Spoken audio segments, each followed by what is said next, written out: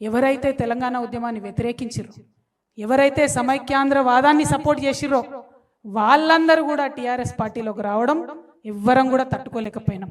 వాళ్ళు వచ్చి మనం ఎవరి ఇండ్ల మీదకైతే పోయినామో, ఎవరైతే పోలీసులను పెట్టి మనను కొట్టించిండ్రో, మన ఈపుల మీద లాఠీలు ఇరిచిండ్రో వాళ్ళందరూ వచ్చి మన కేసీఆర్ పక్కన కూర్చుంటారు ఏందని బాధ తప్పితే ఇంకో బాధ లేదు ఉద్యమకారులకు. ఇవాళ ఇక్కడ ఉన్న ప్రతి ఒక్కరు అదే అన్నారు, ఎవ్వరం సార్ని తిట్టాలనుకుంటలేం, కేసీఆర్ గారిని తిట్టాలనుకుంటలేం. ఎందుకు బాధపడుతున్నామంటే 10 ఏళ్ళు రాజ్యం ఇస్తే టీఆర్ఎస్ పార్టీ ఎందుకు న్యాయం చేయలేదన్నది మాత్రం ఖచ్చితంగా అడిగి తీరాల్సినటువంటి ప్రశ్ననే. కేశవరావు జాదవ్ గారు చనిపోతే ఎందుకు ఆయనకు అధికార లాంఛనాలతోని అంత్యక్రియలు జరగలేదని అడగాల్సినది. అందులో ఎటువంటి అనుమానం లేదు. ఎవరికి జరిగినాయి అధికార లాంఛనాలతో అంత్యక్రియలు? ఆ పేర్లు నేను చెప్పదలుచుకోలే.